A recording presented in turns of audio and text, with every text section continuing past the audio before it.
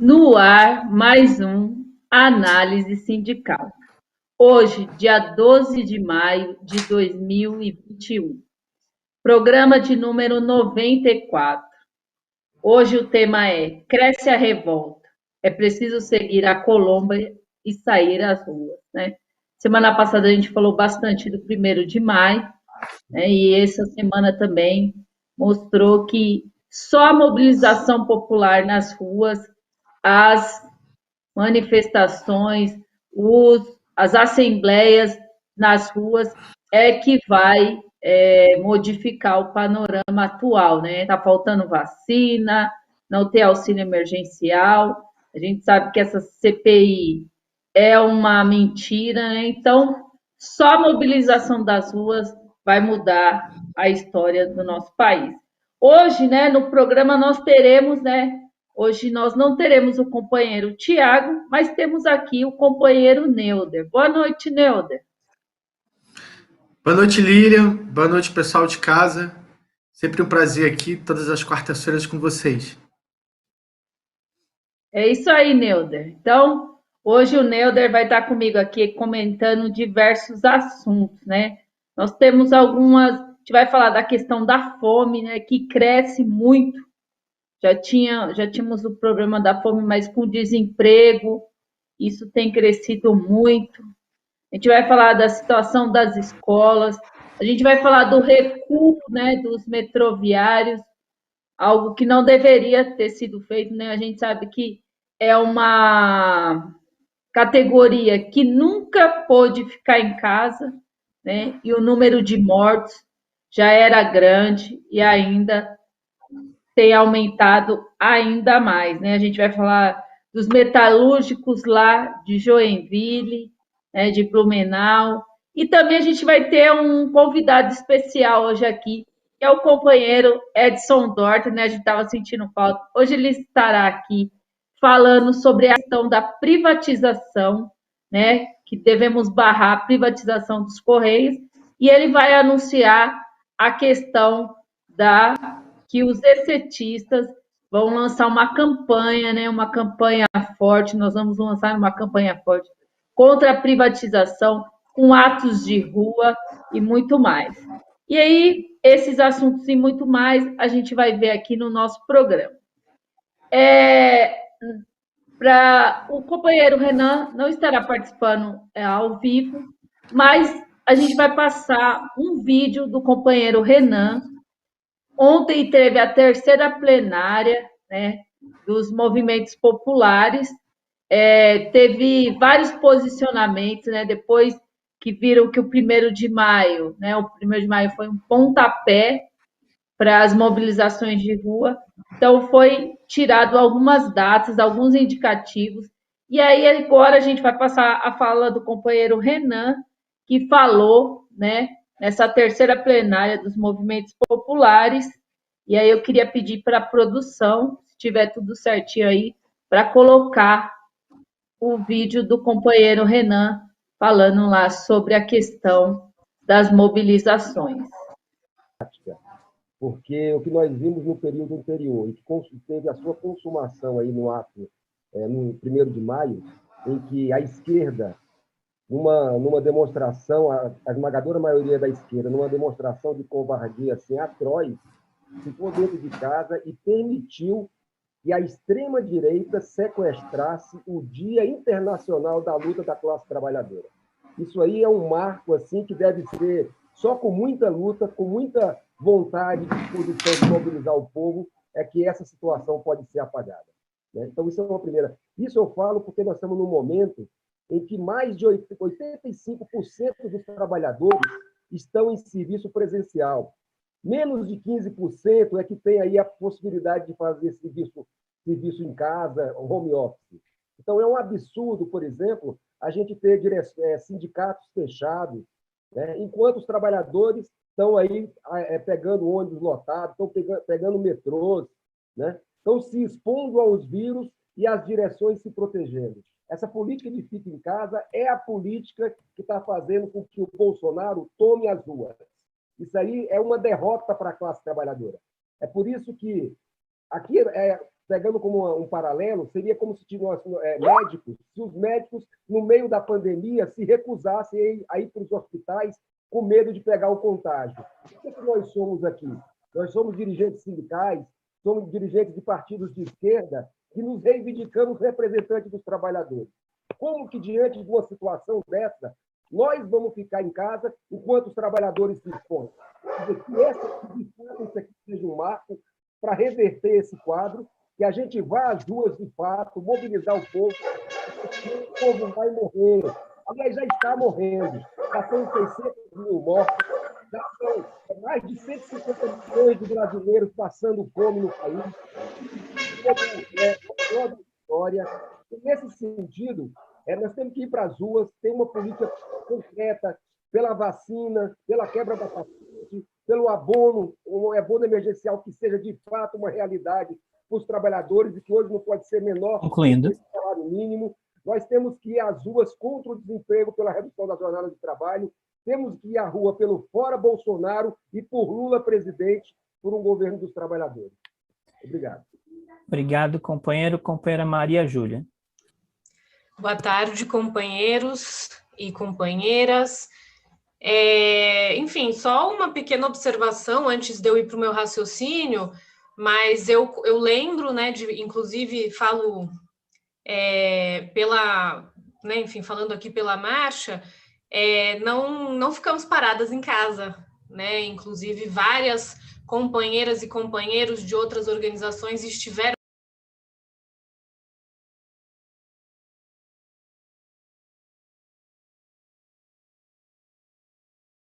final aí a fala de outra companheira, mas é isso aí, né? Então, as nossas bandeiras, né? O auxílio emergencial, não apenas de R$600, mas de um salário mínimo, né? Para toda a população que precisa. É necessário a gente também levantar a bandeira da questão da vacina para todos, né? Não é para uma categoria ou outra. A vacina tem que ser para todos.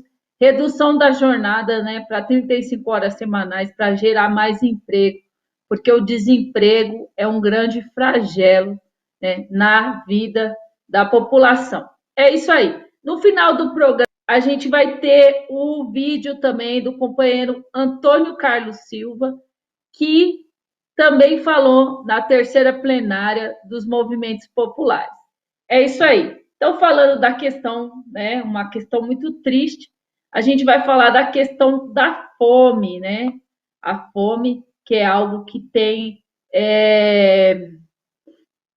colocado o povo brasileiro numa situação assim muito complicada, né? Então, segundo dados, né, 47% da população do semiárido está sem acesso a alimentos, né? Diz a pesquisa. A população está, o semiárido, 47%, quase metade da população. Isso são dados da Rede Brasileira de Pesquisa em Soberania e Segurança Alimentar. Foi registrado cerca de 3.674.000 pessoas em situação de segurança alimentar, né? Então, as pessoas, durante essa pandemia, então, a pessoa é uma agravante, né? A pessoa, além, ela fica desnutrida, então, se ela pegar uma doença como o Covid, né, e outras doenças também, isso vai levar muito mais à morte, né? Então, o semiárido é uma região do Nordeste e algumas regiões de Minas Gerais, né? Então, uma situação complicada. A gente viu, né, que a fome é muito grande nesses lugares, mas no estado de São Paulo, né, a fome também assola, né, as pessoas. A gente viu lá no ato do 1º de maio, né, filas imensas das pessoas atrás de marmitas, né, que são dados por alguns grupos.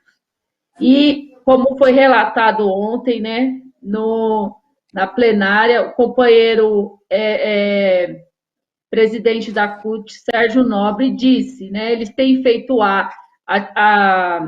atividades de entrega de alimentos, ele disse que não vence, né? Pode levar toneladas e toneladas que não vence. Então, é preciso sair às ruas, é preciso pedir um auxílio emergencial de um salário mínimo para que a população coma, né? Para que salve essa população dessa situação tão degradante e tão lamentável, né? Então, não há dados do estado de São Paulo, mas aqui também a gente vê a olho nu a situação do povo, a situação.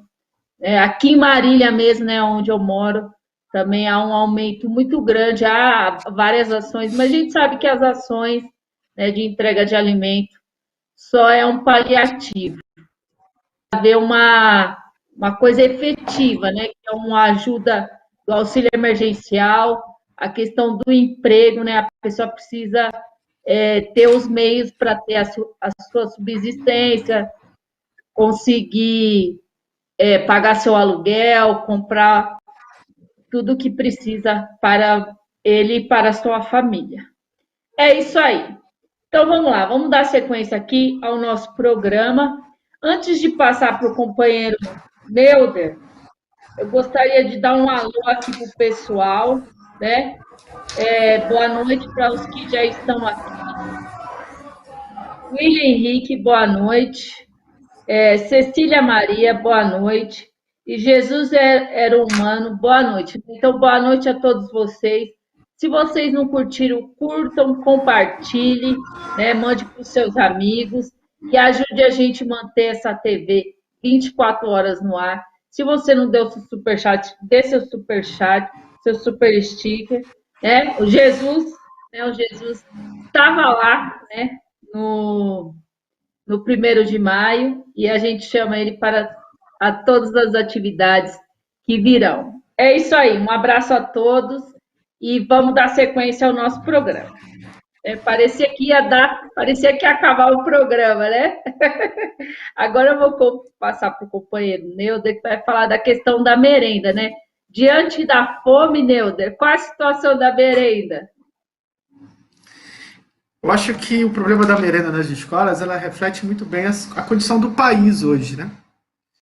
Então, a gente vê que o país, ele passa, assim, o país ele é alimentado pela luta de classe, pela luta política, né?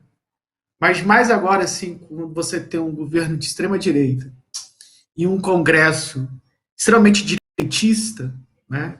Onde a cada votação, a cada projeto de lei é algo produzido contra o povo, né? Então, assim, se a gente for ver o Congresso Nacional, as câmaras municipais também são locais de fazer maldade com o povo. Então, essa é mais uma dessas maldades que estão fazendo com o povo já tão sofrido no país, que é o problema das merendas, né? Não sei se as pessoas de casa sabem, foi uma vitória da agricultura familiar, né, da agricultura dos pequenos e médios produtores do Brasil, que são efetivamente os produtores que alimentam a população. Não é o agronegócio, como a gente liga a televisão lá e vê as propagandas nas principais emissoras de TV do país, eles fazendo uma campanha enorme em relação ao agronegócio, né? Na verdade, e isso é muito pouco divulgado, que o básico da alimentação brasileira, ou seja, assim, a alimentação brasileira, né, o arroz, o feijão, os legumes, ela é produzido pelas pequenas e médias propriedades, o que a gente chama de agricultura familiar. E essa agricultura familiar, durante muito tempo, ela tem uma lei, né, que coloca que essas pequenas famílias, né, são os camponeses, são os pequenos produtores, o Estado tinha que roubar pelo menos 30% da produção deles para merenda escolar, em relação à merenda escolar. Então, assim, os deputados bolsonaristas, né, nessa quinta-feira, aprovaram uma lei, um projeto de lei, que prejudica a agricultura familiar brasileira e beneficia a indústria de laticínios e frigoríficos no país, né? A autoria da lei é do Major Vitor Hugo, do PSL de Goiás, O projeto ele visa criar uma cota para aquisição de leite líquido para a merenda escolar e retira também a prioridade da aquisição de alimentos produzidos por assentamentos da reforma agrária, comunidades indígenas e quilombolas, né? Então, assim, vai se retirar os 30% dessas pessoas que tanto precisam vender a sua produção, né, para as escolas públicas no país. Inclusive também, assim, os restaurantes universitários, né, os chamados RUs, também eles têm essa cota, né? Muitas faculdades federais, e cada vez mais vem perdendo isso, né? As universidades federais, elas não estão perdendo, não é só a questão das cotas para comprar a comida para alimentar o RU, mas também vem perdendo aí todas as verbas, né? Que está dentro dessa luta de classe. Assim. Existem faculdades que nesse próximo período aí não tem condições de pagar as próprias contas de água e luz da universidade porque os recursos não chegam. Então, assim, essa lei ela vai privilegiar os grandes proprietários do Brasil, né, que são os laticínios, né, a Sadia, todas essas grandes empresas aí, né, os grandes frigoríficos. E uma outra coisa também, né, vai mudar o tipo de alimentação que a gente tem nas escolas, porque é uma questão muito importante, eu que sou professor e eu percebo isso na escola, né, falta alimentação, mas a alimentação ela é uma alimentação equilibrada. Então você tem o legume, você tem uma alimentação equilibrada nas escolas. E agora ela vai perder esse equilíbrio também, porque agora você vai colocar um outro tipo de alimentação para as crianças, que é um outro perigo também. Então, assim, além de que os deputados bolsonaristas e a política bolsonarista, né? E já era, né? O Bolsonaro ele vinha antes de ser eleito e depois de ser eleito, que a principal cruzada dele seria contra os movimentos sociais. E assim, a Lília ela começou o programa justamente com a questão da mobilização nos outros países da América do Sul. E a gente vê a necessidade disso no Brasil mesmo. Porque se a gente não se mobilizar, cada vez mais os nossos direitos vão sendo perdidos. Porque a gente pode perceber que a luta parlamentar é uma luta muito limitada nesse sentido. De garantir os direitos, as leis que vão ao encontro dos interesses dos trabalhadores, da população pobre. Então, se não houver mobilização, a tendência é que esses direitos serão cada vez mais retirados. É com você, Lília. É isso aí, companheiro, né? Então, a mobilização é o único meio. E sobre isso, a gente vai mostrar aqui a questão, vamos falar agora. Vou dar um alô aqui, porque a gente recebeu um super sticker. Agradecer ao Jesus Era Humano, obrigado. Siga o exemplo do Jesus e mande sua figurinha, mande seu superchat. Boa noite, Ney. Boa noite, Vânia. Boa noite, Valnei. Boa noite, Silvia Mirro. Boa noite a todos, né? Então, aqui, ainda bem, a audiência está crescendo. Então, boa noite a todos. Obrigado a todos que acompanham a Causa Operária TV, né? E ajuda a manter essa TV 24 horas a serviço do trabalhador, né? Não temos rabo preso com ninguém, né? Nós noticiamos. Se alguém tiver alguma denúncia, alguma coisa, é só mandar aqui que a gente passa aqui ao vivo. É isso aí.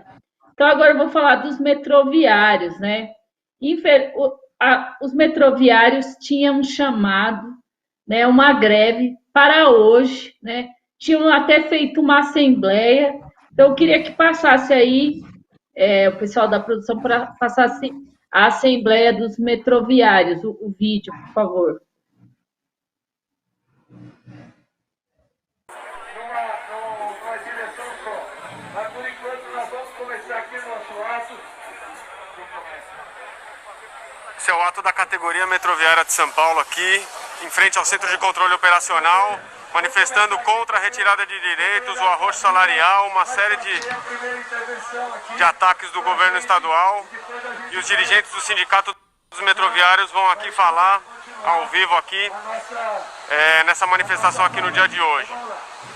Camila, vamos combinar aqui, companheiro. 5 minutos cada coordenador, beleza? Beleza? Ok. Beleza, então. Pessoal, bom dia! Bom dia para toda a categoria metroviária que está aqui presente. Nós vamos falar alto porque a gente quer que nos ouçam, porque o que a gente está fazendo aqui hoje é uma demonstração muito importante de unidade da categoria e de disposição de defender os nossos direitos e de lutar por respeito. Aqui tem trabalhadores e trabalhadoras, principalmente da manutenção. Eu queria pedir uma salva de palmas para os companheiros do Pátio Jabaquara, do Pátio Itaquera, do Pátio Oratório, que hoje deixaram o seu posto de trabalho para vir aqui mostrar que não vão aceitar essa falta de respeito do governo Dória, da direção do metrô de São Paulo, do senhor secretário Alexandre Baldi, que estão tentando acabar com o nosso acordo coletivo. Hoje é um dia de felicidade, porque tem vários colegas tomando a vacina. Tem gente que vai sair daqui e vai tomar vacina. Tem gente que já tomou. E quem garantiu isso foi a nossa luta. Foi a gente ameaçar a greve sanitária. Foi a gente fazer os dias de luto. Essa luta da vacina, que foi uma conquista nossa, eles tentaram usar para dividir o dia de hoje.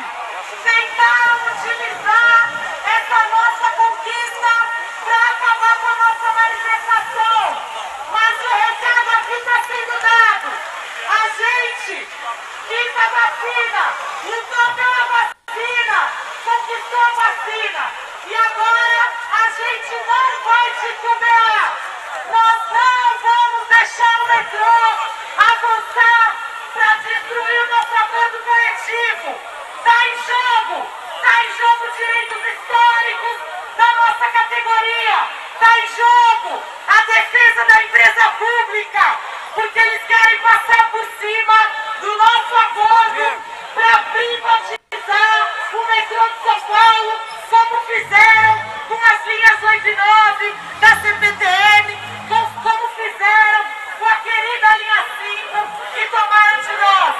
Mas o que nós estamos mostrando aqui é que isso não vai acontecer. Hoje à tarde tem tribunal e nós vamos para o tribunal com a força dessa manifestação, com a força da setorial noturna poderosa que a gente fez ontem.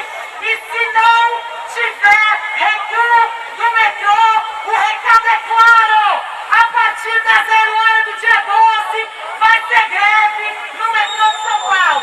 É isso aí, gente. Vamos à luta. A união faz a força. Juntos somos mais fortes. É isso aí, né? Então, esse foi o vídeo, né, da Assembleia para deflagrar a greve a partir do dia 12, mas, infelizmente, né, o Sindicato dos Metroviários, né, aceitaram uma mediação com o TRT e suspenderam a greve. A greve era pelo arroxo, né, salarial, e pela questão, né, também da questão do número de mortos, né, nos metroviários. Então, foi feita uma proposta, né, feita uma reunião de conciliação entre o Tribunal Regional do Trabalho, o TRT, para manter um estado de mobilização, né, e voltar e para voltar a negociar depois. Algo, né, que não deveria ter ocorrido, porque um recuo, já tinham feito a assembleia, já tinham decidido a greve, né? A gente sabe que a assembleia deve ser soberana, então não deveriam ter recuado. A gente sabe que isso aí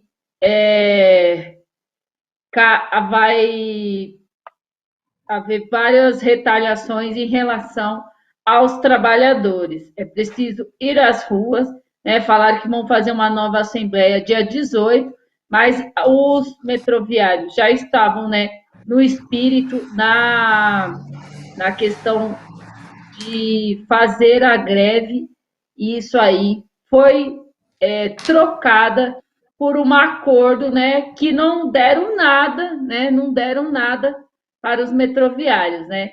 É um acordo para não ganhar nada, coisa, né, um pouco esquisita, porque alguém faz acordo, né, Neuder? A pessoa faz acordo quando ganha alguma coisa, né?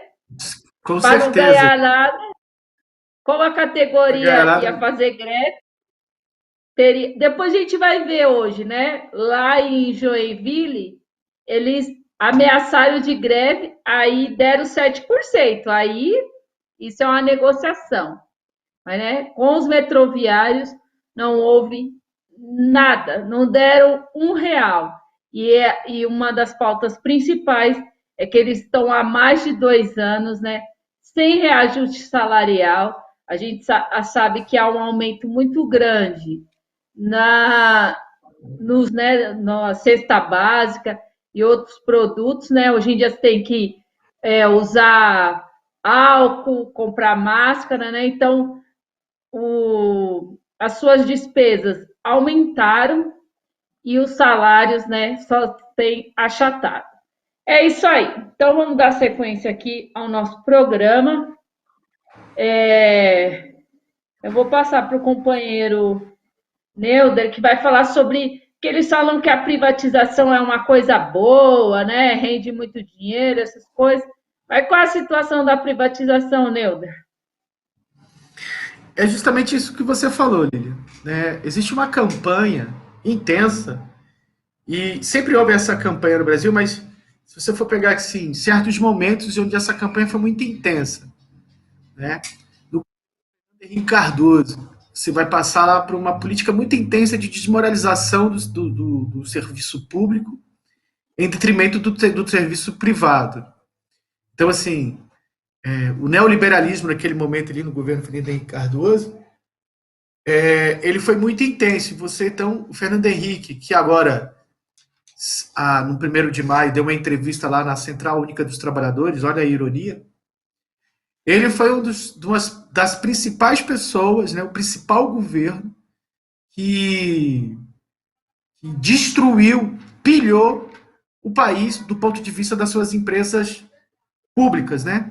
Então, naquele momento ali, as principais empresas públicas estavam sendo vendidas no governo Fernando Henrique Cardoso.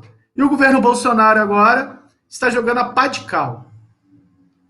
E um dos argumentos, né, que a burguesia usa para convencer os trabalhadores, ou aquele setor mais atrasado, né, da população, que estão sob uma influência muito grande da burguesia, né, pelas TVs, por toda essa campanha que é feita contra o funcionalismo público.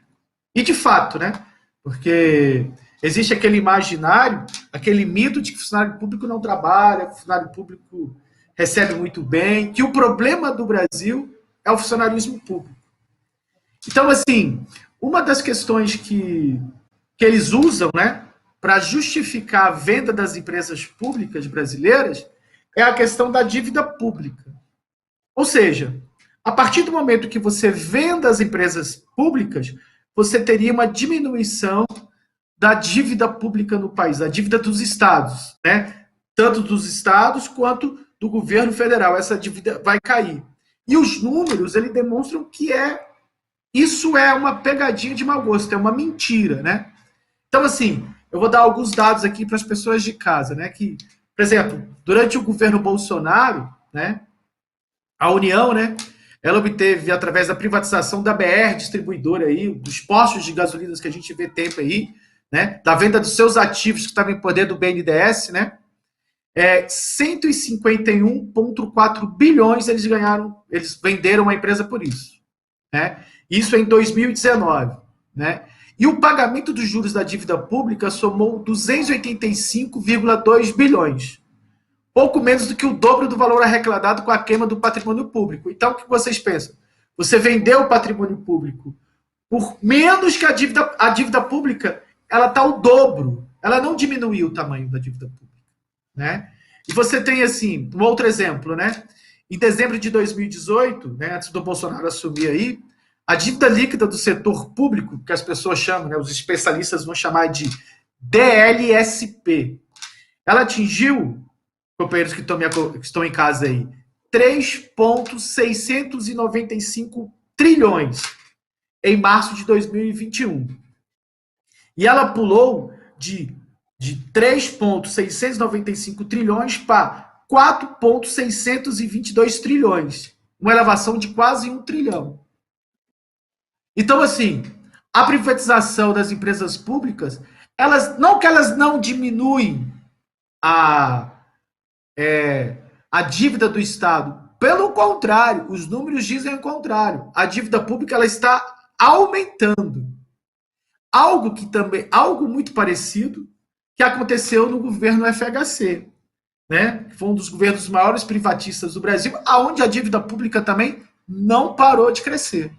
Então, isso tudo é um engodo, né? E eu só queria assim, e esse engodo, ele faz parte aí de uma grande campanha que a burguesia fez, né? Então, você tem outros aspectos também nessa questão da privatização, que, por exemplo, é a reforma administrativa. A reforma administrativa que o governo tenta agora, e a justificativa que o governo usa, é de que a reforma administrativa vai causar um efeito aonde a administração pública no Brasil vai ser mais eficiente, também é um engodo. Toda a estrutura, tudo que está sendo discutido para ser implementado é sobre uma base, né, privatista.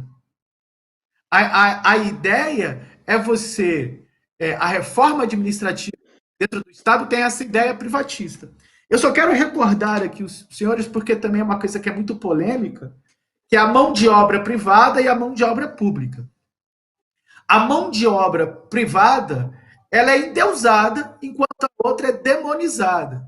Então, só quero lembrar aqui as pessoas que, né, de uma questão que aconteceu há algum tempo no Brasil, que foi a privatização da Vale e que aconteceu com as barragens da Vale diante de uma administração privada, onde algumas dezenas de centenas de pessoas tiveram o fim da vida porque você não tinha manutenção nessas represas de dejetos, tá? Essas represas vieram abaixo, matando as pessoas, e até hoje essas pessoas não conseguiram a restituição da Vale. Então, percebam só que a privatização, ela também vai matar pessoas. É com você, Lívia. É isso aí, Neuder, né? Então, essa é a situação. É por isso que devemos lutar contra a privatização, né, de todas as empresas. E as empresas que foram privatizadas têm que ser restatizadas, né? Vale, Telesp e tantas outras marcas. É isso aí. Agora eu vou falar de um assunto que é a questão do dia. Hoje é o Dia Internacional da Enfermagem e os enfermeiros, né, têm uma luta histórica e fizeram um ato lá no MASP. Queria que mostrasse a foto aí do MASP. Depois a produção mostra aí pra gente a foto essa daí, né? Enfermagem em luto. Tem a outra também. Então foi um ato, né? Que eles aí, ó. Também foi aqui, ó, o MASP. Eles fizeram hoje no Dia Internacional da Enfermagem, né? Profissionais do setor fizeram um ato, né? Na Avenida Paulista, ali no MASP. e as reivindicações é a questão do piso salarial, né, a criação de um piso salarial e pela regulamentação das 30 horas semanais, né? A gente já viu que eles têm um excesso de trabalho, ganham pouco, então acabam trabalhando em 2, em 3 empregos e às vezes acaba cometendo, né, erros gravíssimos. Então é preciso regulamentar essa situação. Então o piso salarial seria gradativo. Tem os enfermeiros, tem os técnicos e tem os auxiliares. Então seria assim, ó, os enfermeiros, né, ganhariam, piso salarial seria de 7.315. O técnico de enfermagem ganharia 70% disso, que seria 5.120. E os auxiliares de enfermagem, parteira, ganharia 50% desse valor, que seria 3.657.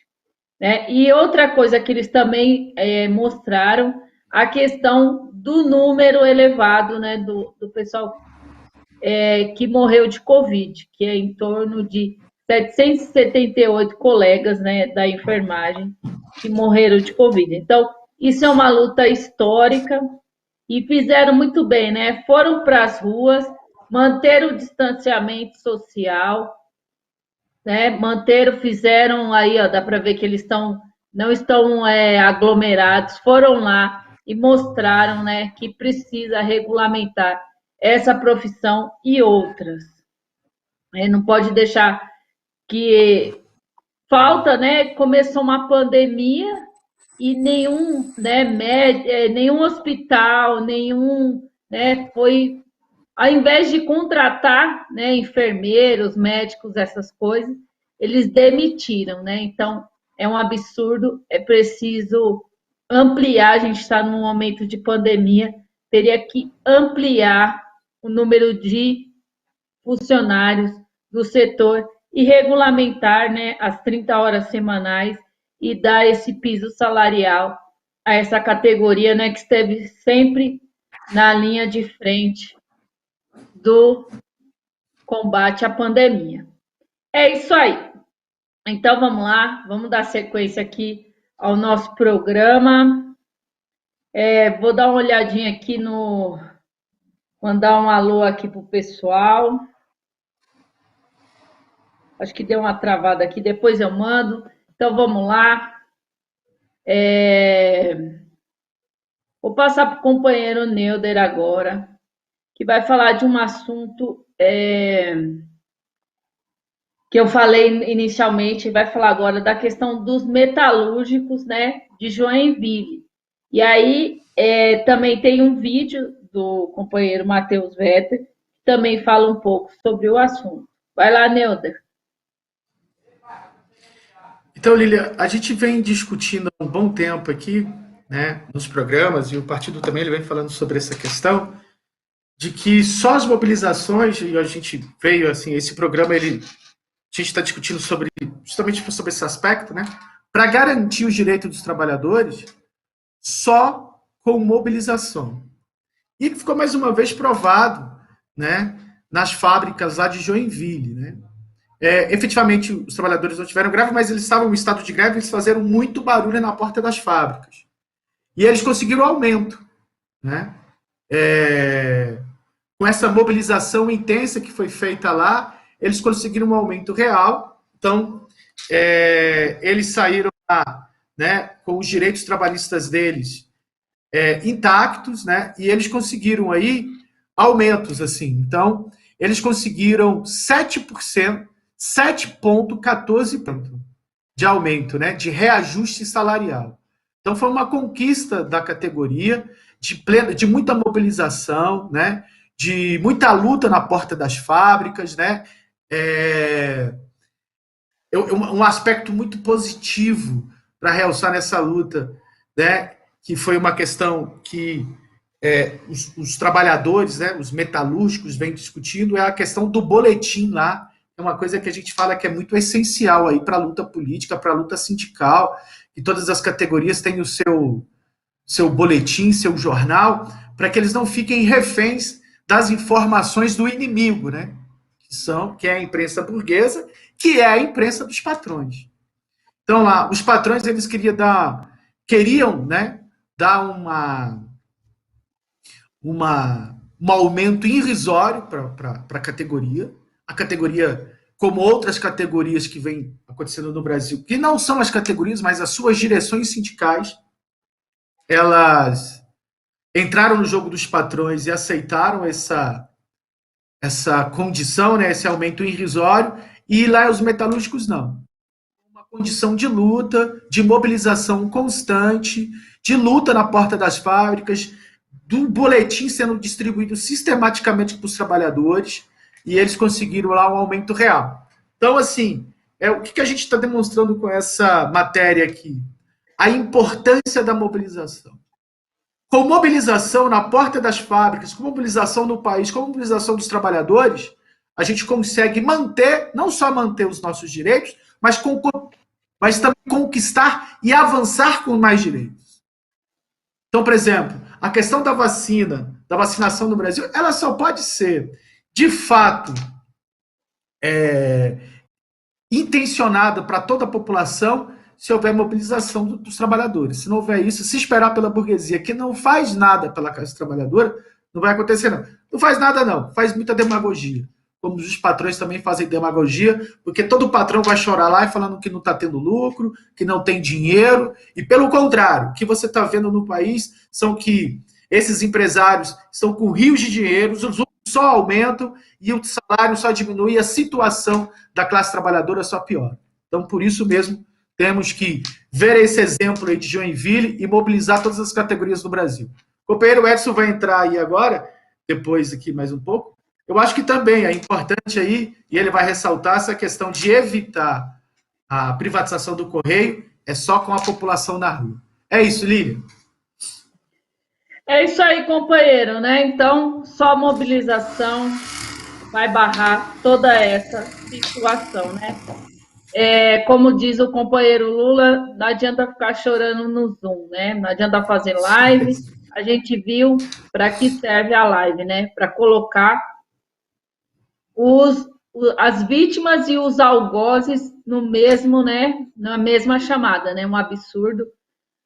O companheiro Renan falou no começo, né? A questão do FHC, um absurdo. Depois, algumas centrais também divulgando um vídeo do Dória, né, um genocida, o Bolsodória, e aí estava lá junto, né, com a Dilma, que foi vítima de perseguição, sofreu impeachment por nada, e o companheiro Lula ficou mais de 500 dias preso.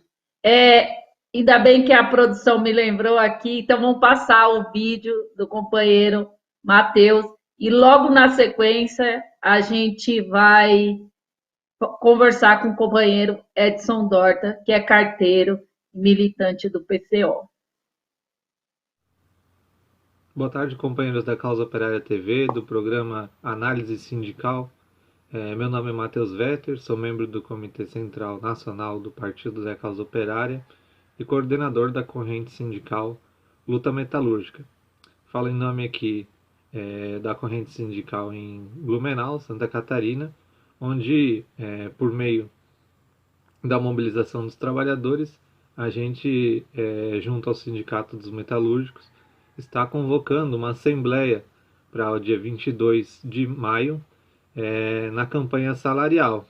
É importante ressaltar que estamos seguindo aí os exemplos dos companheiros do Sindicato dos Metalúrgicos de Joinville, que realizaram aí assembleias bastante expressivas nesse momento de pandemia, em frente às portas de fábricas, principalmente da Fundição Tupi, o qual, ameaçando inclusive entrar em greve, conseguiram arrancar dos patrões 7% de reajuste salarial, nesse momento que os patrões, por eles não dariam nada, inclusive estão retirando aí os nossos direitos, né? Então a gente sauda a iniciativa dos companheiros de Joinville e nós aqui de Blumenau pretendemos fazer o mesmo. Ou atendem às nossas reivindicações, ou em assembleia a gente vai aprovar greve. Vamos à luta, companheiros.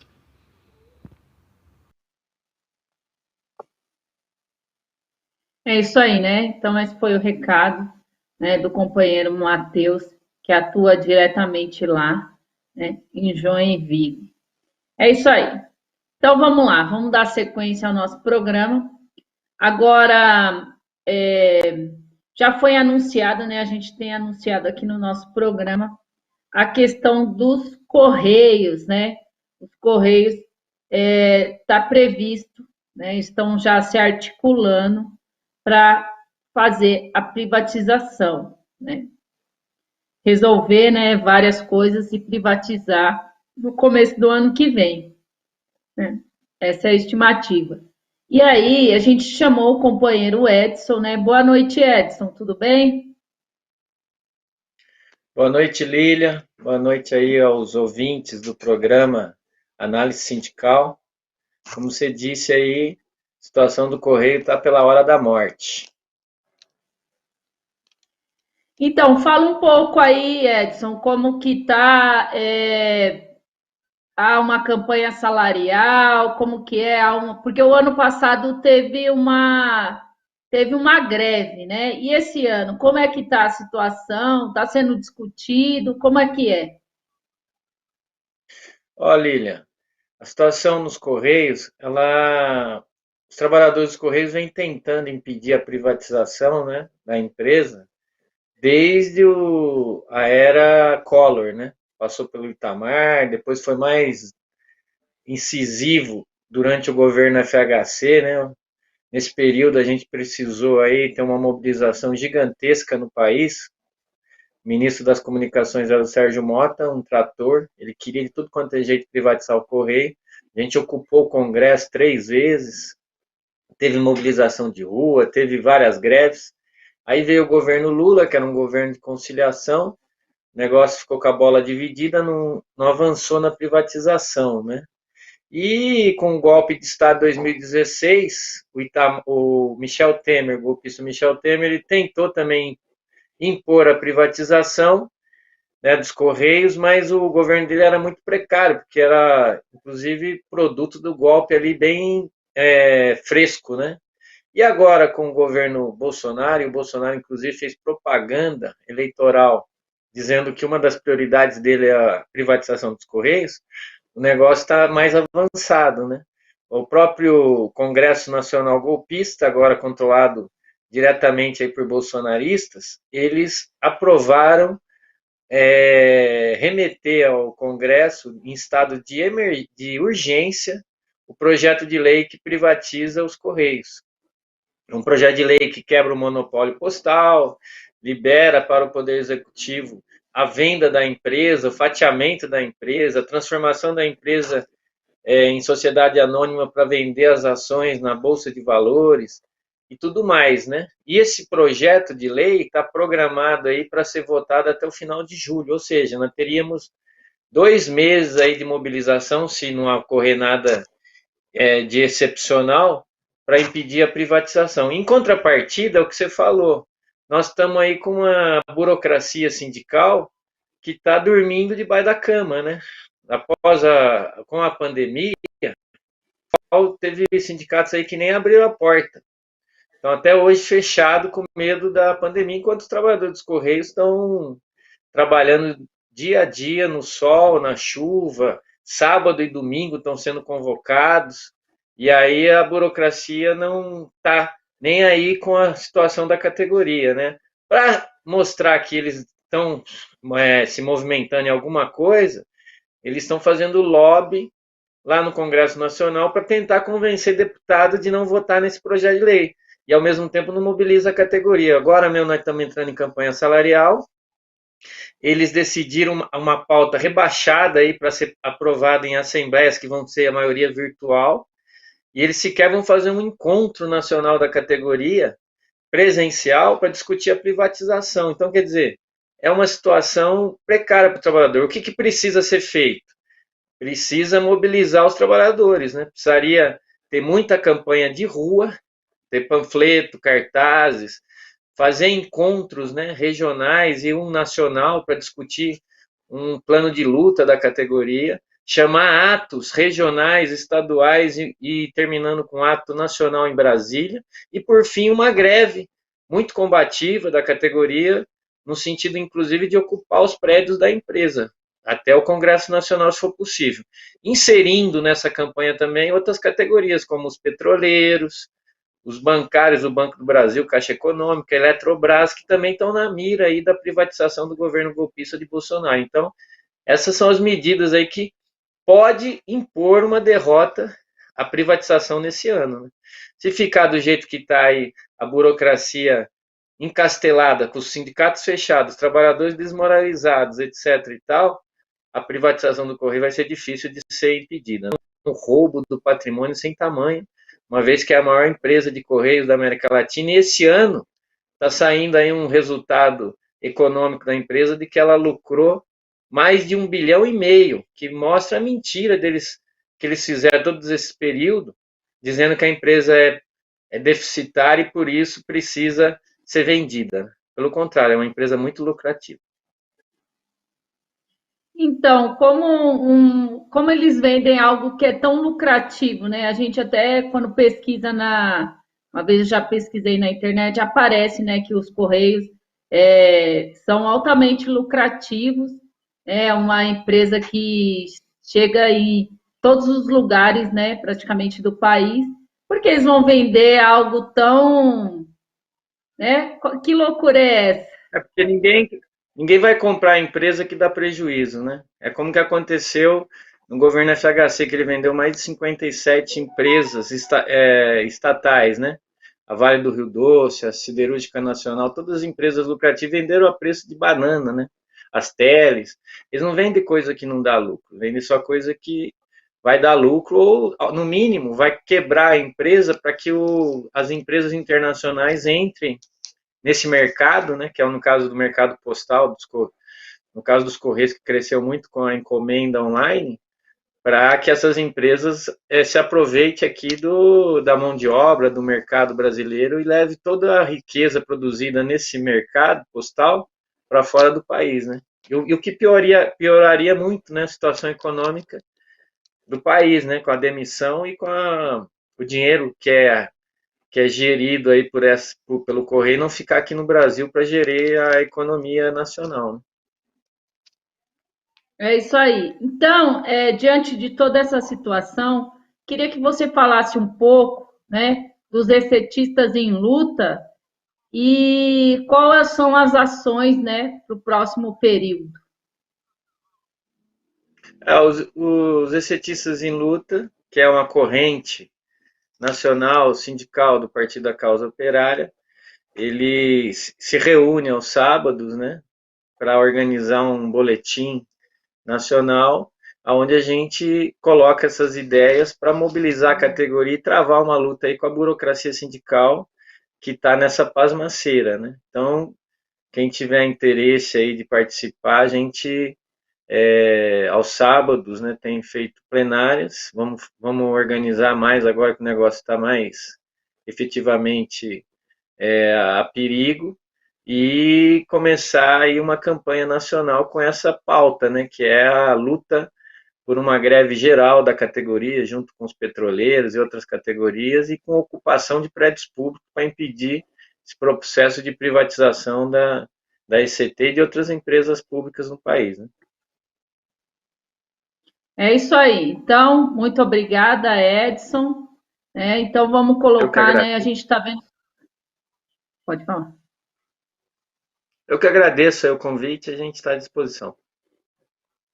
Obrigado. Então, como o companheiro falou, né? Temos que colocar o bloco na rua. A gente precisa defender, né, essa empresa que é altamente lucrativa e também chega a encomenda em todos os lugares, né, do país. Se for privatizado, vai ser mais caro e vai ser muito ineficiente, né? A gente sabe que tudo que foi privatizado se tornou um absurdo e totalmente ineficiente. Como ele disse, é a maior empresa, né, da América Latina. É isso aí. Então, vamos dar sequência aqui ao nosso programa. Eu vou passar, vou falar sobre a questão dos professores municipais, né? Os professores municipais estão em greve e eles tiveram, né, o corte de ponto, né, os professores municipais. E aí eles fizeram um ato em frente à diretoria de ensino, e aí eles mandaram um vídeo aqui para a gente, e aí a gente vai passar para vocês darem uma olhada.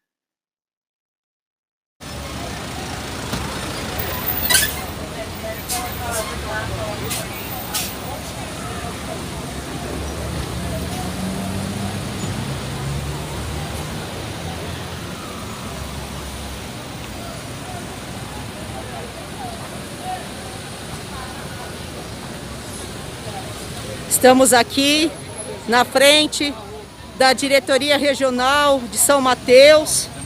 Estamos aqui com uma grande escolta policial. Estamos manifestando aqui o nosso repúdio ao corte de ponto, aguardando que a diretora regional nos receba, converse com os servidores da educação. Vocês conseguiram pedir que a polícia viesse aqui, mas diferente de você, Mirtes, todos os policiais nos trataram com muito carinho, com muita atenção e estão nos protegendo aqui fora.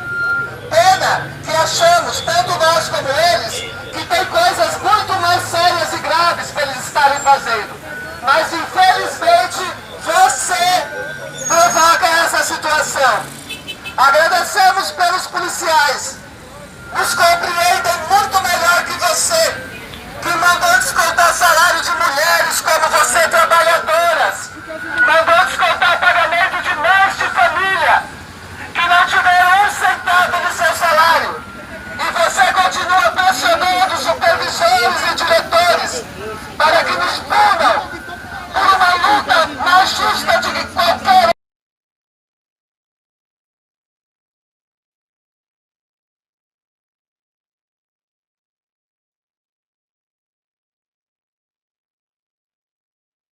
É isso aí, né? Então, eles foram lá protestar em frente à diretoria regional de São Mateus e, né, ao invés de serem recebidos, né, pela dirigente, foi chamado a polícia, né, para coibir e coagir os trabalhadores, né? Estão há muito tempo em greve e é preciso, né, fechar as escolas. A situação nas escolas de contaminação tem crescido muito grande, né? Tem crescido bastante, e o número de óbitos também, o número de infectados é grande, e o número de mortos muito mais, né? A gente vê aqui um crescimento no interior, algo bem preocupante. Queria dar um alô aqui para o pessoal que entrou depois. Vitor Lara, boa noite. O pessoal está aqui discutindo a questão dos Correios, né? Falando que o frete mínimo, né? O Jesus está falando que o frete mínimo dos Correios é de R$ 8,90. Se privatizar, vai para R$ 89,90, é verdade, né? Há vários preços dentro dos Correios, isso facilita. É isso aí, Vitor Lara, boa noite. Daniel Martins, boa noite. Então, boa noite a todos que estão aqui. Vamos dar sequência aqui ao nosso programa. Todo o apoio aos professores. Temos que começar um movimento nacional também de fechamento das escolas e uma greve, né, nacional, para que não é possível deixar tanta gente morrendo, deixar as escolas abertas, né?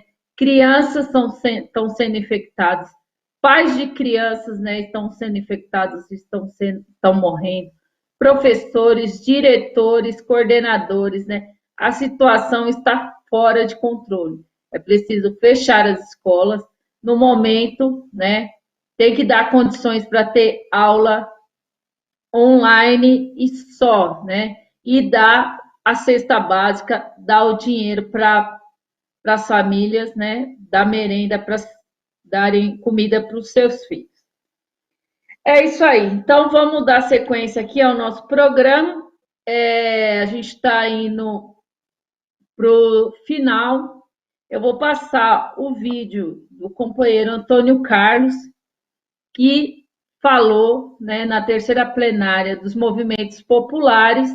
Ele fala também, no mesmo sentido do Renan, né, sobre a capitulação do 1º de maio e o apontamento, né, para uma maior, seguir o exemplo da Colômbia, né, como diz o nosso programa, e sair às ruas, né, preciso sair às ruas, né, não deixar as ruas para a extrema-direita, como fizeram, né, a esquerda pequeno-burguesa fez no 1º de maio. É isso aí, pode soltar a produção. Em nome do PCO, diante da gravidade da situação, destacar, em primeiro lugar, o que nós consideramos uma falta de sintonia da política adotada pela maioria das organizações diante da situação. Nós já temos no país mais de 600 mil mortos, porque aqui, é claro, nós estamos numa plenária de gente que não acredita na conversa contada pela direita, que falsifica, subnotifica os dados, não cumpre nem mesmo as resoluções da ONU, e há estudos de universidades e outros que apontam que nós já passamos há muito de 600 mil mortos e, infelizmente, caminhamos para mais de 1 milhão. Diante dessa situação, né, a maioria das nossas organizações, das frentes, que surgiram para liderar a luta dos trabalhadores, adotaram o que a gente poderia dizer uma política que é preconizada por certos setores da esquerda, que é a coragem de ser covarde, né? E nós achamos que foi ultrajante ver, por exemplo, no Dia Internacional de Luta da Classe Trabalhadora, no 1º de maio, as ruas serem entregues para a direita e gente fazendo live com João Dória, né? Central Sindical botando Dória para falar no seu site, e ver ao lado de gente que sofreu o golpe, que ficou 580 dias preso, como o companheiro Lula, colocaram em calhorda, né, o entreguista do Fernando Henrique Cardoso, responsável pela entrega da Vale, pela miséria do povo brasileiro, e um dos artífices do golpe, pai do Bolsonaro, como o seu Rodrigo Maia e tantos outros inimigos. Já passou da hora, companheiro, de tomarmos as ruas. Não adianta acreditar em fábulas como a CPI, dominada pela direita golpista. Os mesmos que derrubaram a Dilma, prenderam o Lula. Nós do PCO, junto com os companheiros da base do PT, da CUT, diversos sindicatos importantes como a POESP, da FUP, da Frente Nacional de Lutas, da Central de Movimentos Populares e outros, estivemos na rua no 1º de maio. Saudamos aqui as intervenções de companheiros da Central de Movimentos, da CUT, do PT, de outros companheiros do PCB, falando da necessidade de mobilizar e sair às ruas.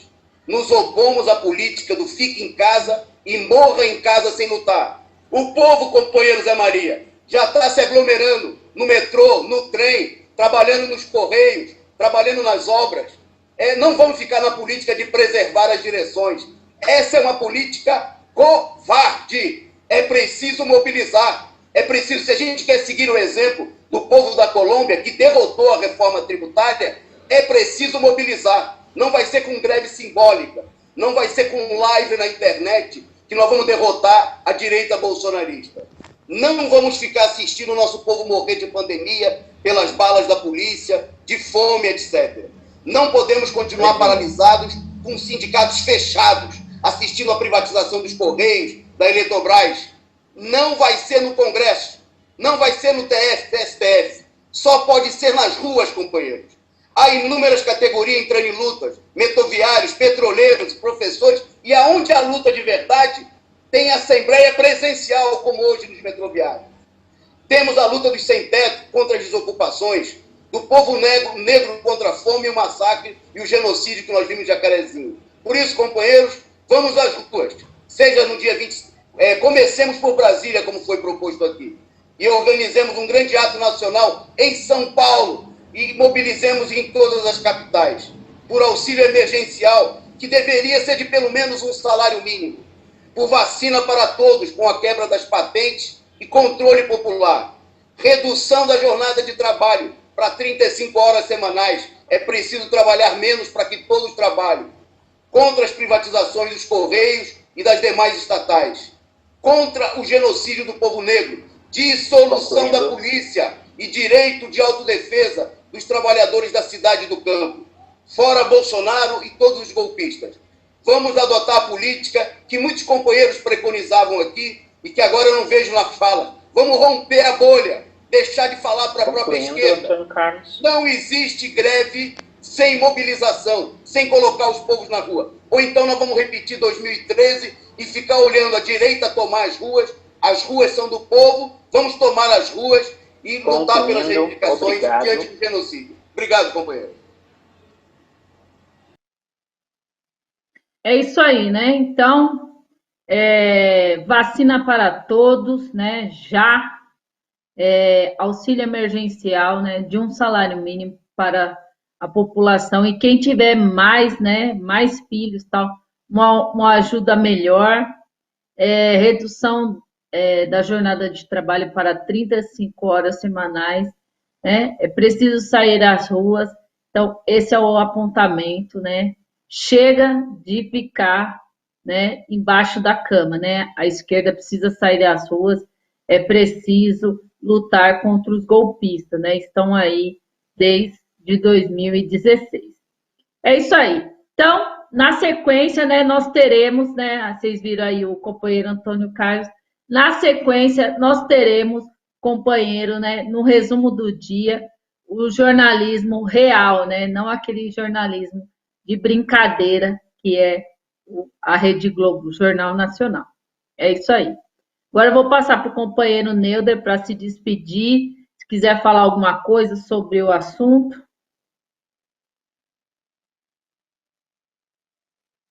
Tá no mudo. Desculpa, perdão. Eu queria agradecer a todos que acompanharam nosso programa, agradecer a audiência. Eu queria dar 3 informes aqui para as pessoas que são de Brasília, se estiverem nos assistindo aí. Amanhã, às 16 horas, vai acontecer a assembleia do Sindicato dos Professores, que é a categoria que eu faço parte. Vai ser uma assembleia virtual, né? Apesar de que a gente é contra essas assembleias virtuais, a gente acha que as assembleias têm que ser presenciais, mas enfim. A gente vai participar e uma das questões que a gente vai colocar na assembleia é essa daí, além da questão da volta às aulas só com todas as pessoas vacinadas. Outra questão também, amanhã vai ter um ato em frente ao STF, que é um ato de repúdio do que aconteceu no Jacarezinho. Então seria importante, né, principalmente a população negra, a população da periferia, mas assim, que todos que queiram e possam ir no ato, vão amanhã no ato lá no STF, às 17 horas. E na sexta-feira, a gente vai ter um ato aí chamado pelos comitês de luta do Distrito Federal e outros grupos aí, uma manifestação de um enterro e um velório simbólico do Bolsonaro, às 8 horas da manhã, em frente ao Ministério da Saúde. Então, espero que todos possam ir, tá? E que a gente possa mobilizar as pessoas em relação a essa questão que tanto aflige o nosso país. Um abraço a todos. Um abraço, né? Também gostaria de agradecer a audiência de hoje e agora fiquem com o resumo do dia. Tchau.